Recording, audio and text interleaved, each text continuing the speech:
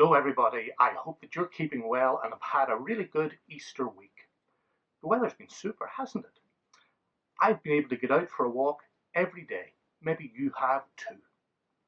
On one of those walks, I saw an egg that a little bird had just come out of. And today, I want us to think about another egg. It's this one. It looks just like the one I showed you last week, doesn't it? But is it? That's the question. For how could somebody like me, who loves chocolate, keep an egg like that for a whole week without eating it? Maybe you could, but I would find it a bit hard. So what else could have happened? I've got an idea.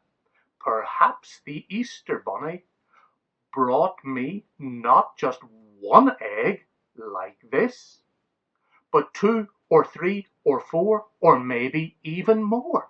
Maybe I've eaten eggs like this all week and I still have this one left to show you.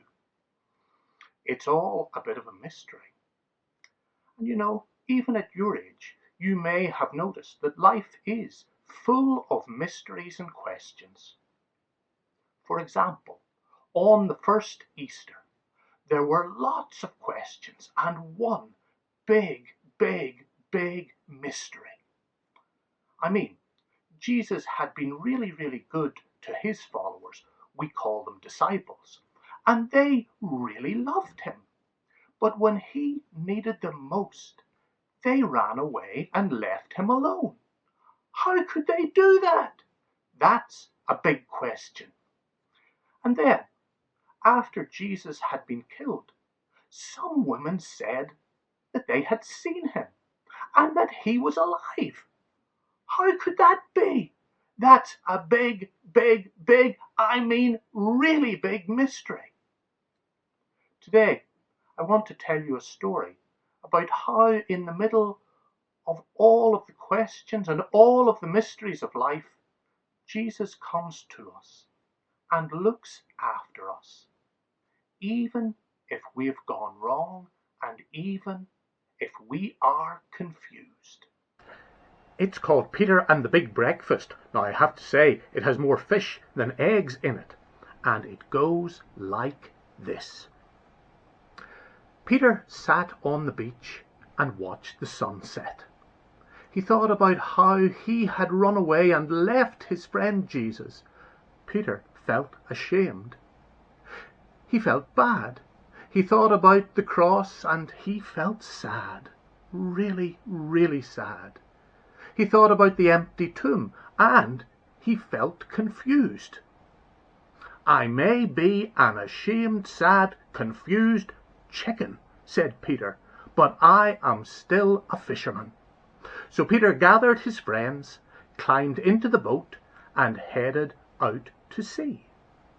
Into the deep he threw his nets, and he waited, and he waited, and he waited, and he waited some more, and there were no nibbles, not even an incy-wincy little nudge of the nets. Peter slowly rowed back to the beach. Now that morning, as the sun rose, a lone fisherman stood on the beach and cast his net. The fisherman dragged his catch ashore. He collected driftwood. He warmed himself by the fire. He cleaned the fish. He sparked his flint. And he cooked his catch. The lone fisherman stood on the beach and watched a boat row back to shore. "Friends!" yelled the fisherman. "Throw your nets on the right-hand side." Into the deep they threw the nets, and fish!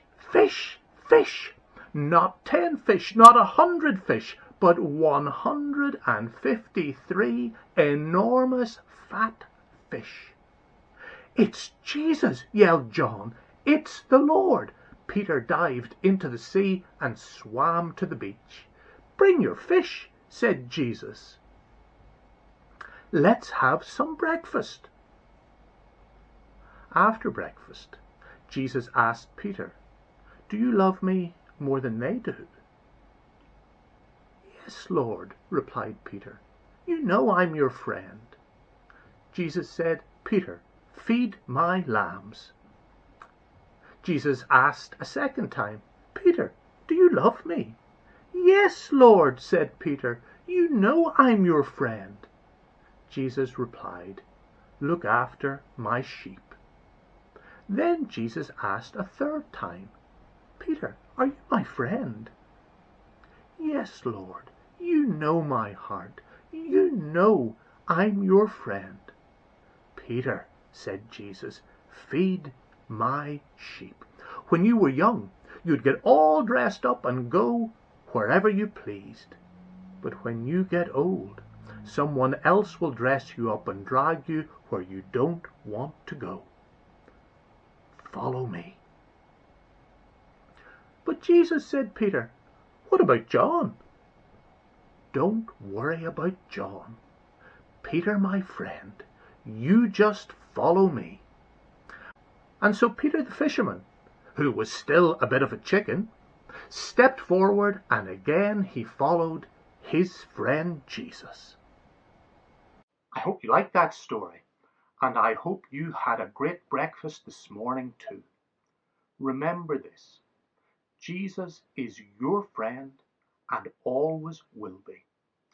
And Jesus wants you to be his friends too, following him in being kind and in being helpful to others. And we can all say amen to that.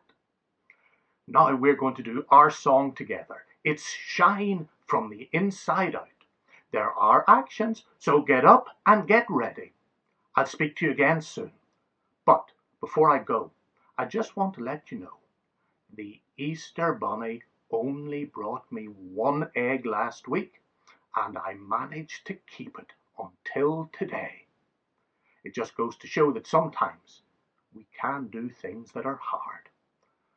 Bye for now.